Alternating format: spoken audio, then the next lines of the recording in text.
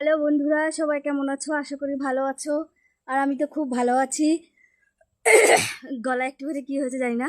তো দেখো, আমি বিকালের কাজ করছিলাম।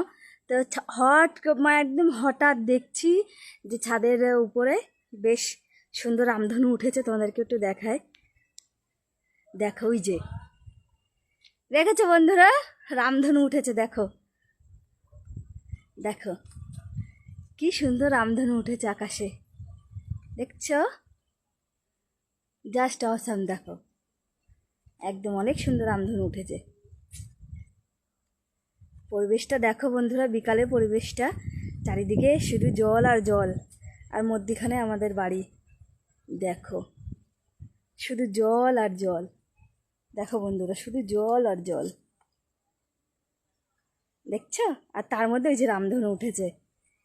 কেমন লাগছে অবশ্যই তোমরা একটু কমেন্ট করো। সবাইকে টাটা।